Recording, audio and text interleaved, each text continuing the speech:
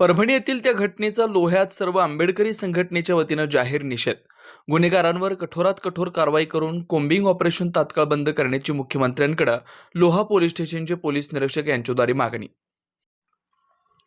परभणी येथे जातीवादी समाजकंटकांनी भारतीय राज्यघटनेचे शिल्पकार विश्वरत्न परमपूज्य डॉक्टर बाबासाहेब आंबेडकर यांच्या पुतळा परिसरात भारतीय संविधानाची विटंबना केल्याप्रकरणी त्या घटनेचा लोहा येथे सर्व आंबेडकरी संघटनेच्या वतीनं जाहीर निषेध करून आरोपीवर कठोरात कठोर कारवाई करावी व परभणी येथील पोलिसांनी सुरू केलेलं कोम्बिंग ऑपरेशन तात्काळ बंद करावं अशी मागणी लोहा येथील सर्व आंबेडकरी संघटनेच्या वतीनं राज्याचे मुख्यमंत्री यांच्याकडे लोहा पोलीस स्टेशनचे पोलीस निरीक्षक यांच्याद्वारे निवेदनाद्वारे केले.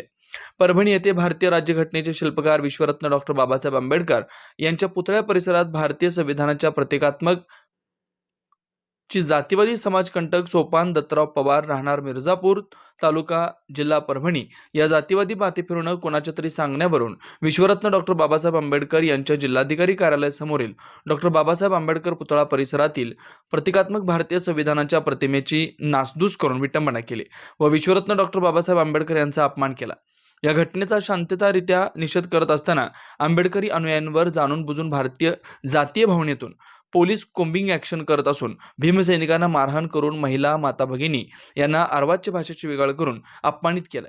या निषेधार्थ लोहा तालुका लोहा जिल्हा नांदेड येथील आंबेडकरवादी संघटनेच्या वतीनं सदरील प्रकरणाचा जाहीर निषेध करण्यात येतोय.